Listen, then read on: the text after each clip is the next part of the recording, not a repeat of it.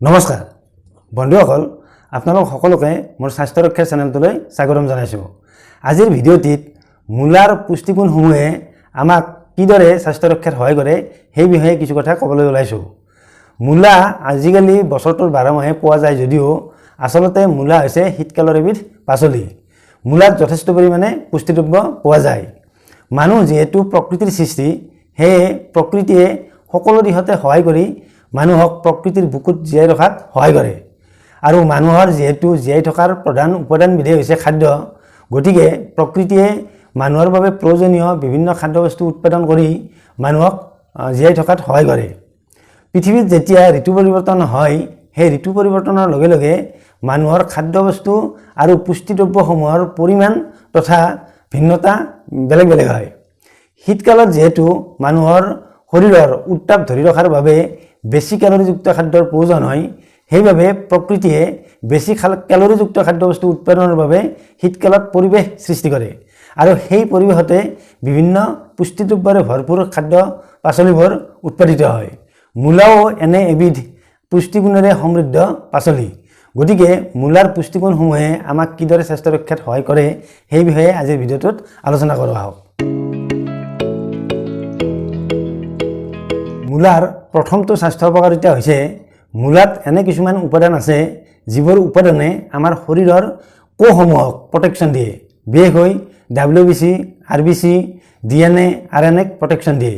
সেইবাবে মূলাৰ কেঞ্চাৰ প্ৰতিৰোধী গুণ থকা বুলি বিশেষজ্ঞসকলে জানিবলৈ দিছে। ইয়াৰ উপৰি মূলাত যথেষ্ট পৰিমাণে পটাছিয়াম পোৱা যায় আৰু এনে পটাছিয়াম থকাৰ বাবে মূলাই হাৰ্টৰ সুস্বাস্থ্যৰ বাবেও ভাল। সেইবাবে বতৰৰ পাচলি মূলা নিয়মিতভাৱে খাব লাগে। মূলাৰ আন এক স্বাস্থ্য উপকাৰিতা হৈছে মূলাৰ এণ্টি ফাংগেল গুণ আছে।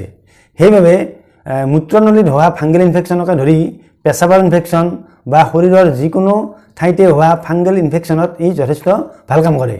সেইবাবে বতৰৰ পাচলি মূলা যদি নিয়মিতভাৱে খোৱা যায় তেতিয়া এনে ফাংগেল ইনফেকশ্যন প্ৰতিৰোধ কৰিব পাৰে আৰু ফাংগেল ইনফেকশ্যন হ'লেও ফাংগেল ইনফেকশ্যন ই অতি সহজে নাইকিয়া কৰি দিব পাৰে। মূলাৰ আন এক স্বাস্থ্য উপকাৰিতা হৈছে মূলা ডায়েবেটিছ ৰোগী তথা উচ্চ ৰক্তচাপৰ ক্ষেত্ৰতো যথেষ্ট ভাল। মূলাত থকা কম্পাউণ্ডৰ বাবে আমাৰ শৰীৰত ইনচুলিন ছিক্ৰেশ্যনত সহায় কৰে। সেইবাবে মূলাই আচলতে ছুগাৰ লেভেল নিয়ন্ত্ৰণত সহায় কৰে। লগতে উচ্চ ৰক্তচাপো ই নিয়ন্ত্ৰণত ৰাখে বুলি চিকিৎসা বিজ্ঞানীসকলে জানিবলৈ দিছে। ইয়াত থকা কম্পাউণ্ডবোৰৰ বাবে আচলতে মূলা এলজাইমাৰ ৰোগীৰ বাবেও যথেষ্ট ভাল। মূলা শাক যদি নিয়মিতভাৱে খোৱা হয় তেনেহ'লে এনিমিয়া ৰোগ অতি সহজে ভাল হৈ যায়। মূলাই আমাৰ লিভাৰটো ডিটক্সিফিকেশ্যন কৰাৰ ক্ষেত্ৰতো যথেষ্ট সহায় কৰে। আচলতে মূলাৰ কম্পাউণ্ডবোৰে এনজাইমবোৰ নিঃসৰণত সহায় কৰে, যাৰ বাবে আমাৰ লিভাৰ ফাংচন ঠিকভাৱে থাকে। ইয়াৰ উপৰি মূলাত যথেষ্ট পৰিমাণে ভিটামিন চি পোৱা যায়, যাৰ বাবে মূলা আমাৰ ছালৰ স্বাস্থ্যৰ বাবেও অতি ভাল আৰু লগতে মূলাই আমাৰ ইমিউনিটি বুষ্টিঙৰ ক্ষেত্ৰতো সহায় কৰে।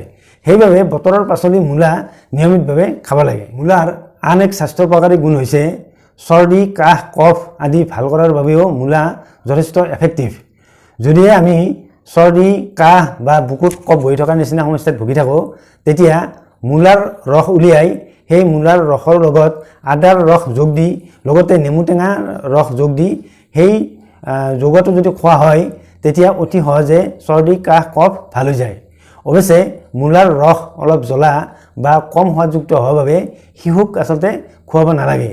বয়স্ক লোকৰ ক্ষেত্ৰত এই মূলাৰ ৰস, আদাৰ ৰস আৰু নেমু টেঙা যদি খোৱা যায় তেতিয়া অতি সহজে চৰ্দি, কাহ, কফ ভাল হৈ যায়। বন্ধুসকল, বতৰৰ পাচলি মূলাৰ স্বাস্থ্য উপকাৰিতাৰ বিষয়ে কিছু কথা শুনিলে।